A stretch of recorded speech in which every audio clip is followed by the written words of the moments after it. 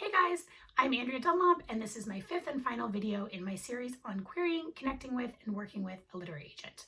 If you missed videos 1 through 4, we discussed getting your materials ready to query, the query process itself, how to choose an agent once you have an offer, and then submitting your novel to publishers with an agent. So there's a lot written about the query process, and the simple reason for this is because this is the stage where most people don't make it past. And I actually asked my agent Carly about this, and she's done the math. She signs 0.02% of the people who query her. I share that not to be discouraging, but just to kind of let you know what you're up against and, tell you not to feel bad if you get stuck in this stage for a long time. Goodness knows I did. So I found that a lot less is said and written about actually working with an agent throughout your career.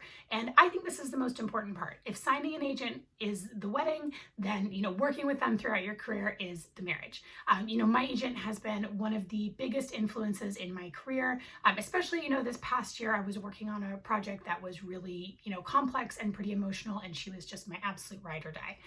So what does a good agent look like? This role has changed really more than any other role in the publishing industry, simply because agents have to work with every single part of the process. And so they've had to adapt to all of the changes that have happened in our industry in the last 10 years, which have been many, many, many. So the deal making part of their job is probably the part that's changed the least.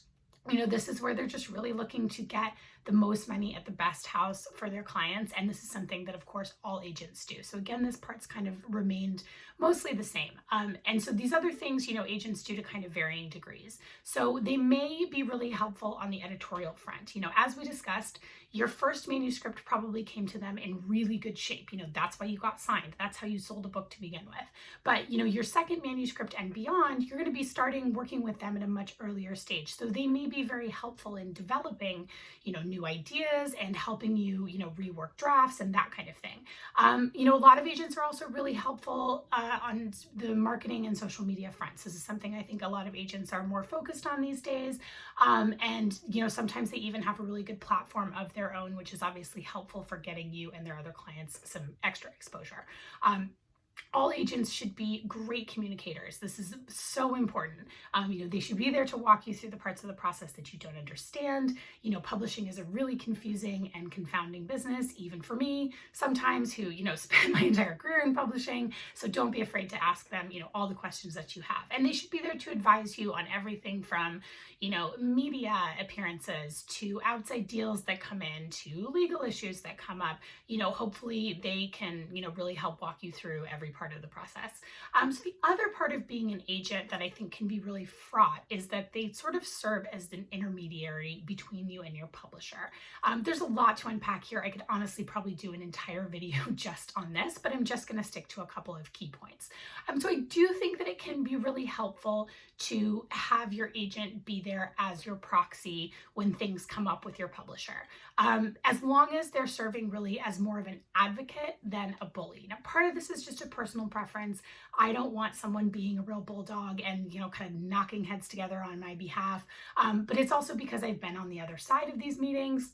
I've been on the other side of those phone calls, and I know how that comes across. And I can tell you that it's much more effective if everyone remains, polite and professional, even if, you kind of have to get firm. So, some of the things that they might talk to your publisher about on your behalf are, a lot of times this is publicity and marketing stuff. It could be editorial stuff. It could be sort of general communication issues that have come up with your publisher. Usually if an agent's stepping in a lot, that means things are not going great. So I think it's really important to remember that, again, they can advocate for you. There's not a lot they can usually do. Once they've signed the deal and that part of the process is done, they don't have a ton of leverage unless that publisher really, really wants your next book. And so I think that that's, they can be a squeaky wheel, but that's about it. So I think it's good to have, your expectations measured on how much your agent can go to bat for you with your publisher. And remember too, that they have their own relationships with these people that they'll want to safeguard. So that's important to remember too. And on that note, we talked a little bit about what a good agent looks like. How can you be a good client? So I asked my wonderful agent, Carly Waters, about this, about what she looks for in a client, and what follows is from her advice. And she had this great quote that I think encapsulates a lot of it. So she said, "We're looking for a talented individual with something unique to say, a voice to say it with, the patience to execute it properly, and the marketing wherewithal to share it with the world. Agents are really looking for that longevity and vision. One-off projects are really risky for agents. So I think it's good to always be thinking big picture with your career. They're looking for marketing wherewithal. Again, this is something that's going to come up again and again. Agents can really help guide you, but a lot of the marketing heavy lifting is going to fall on you. And I'll definitely address that in a future series on sort of how to do that. Understanding of the business and the market is important for clients as well as agents. And I think, the best thing you can do in terms of understanding the market is to just read a lot, especially read books within your genre, really educate yourself so that you know how to position your books when the time comes and you know what's working and what isn't. So, just as you're looking for in an agent, they're really looking for, folks with a high level of trust and cooperation.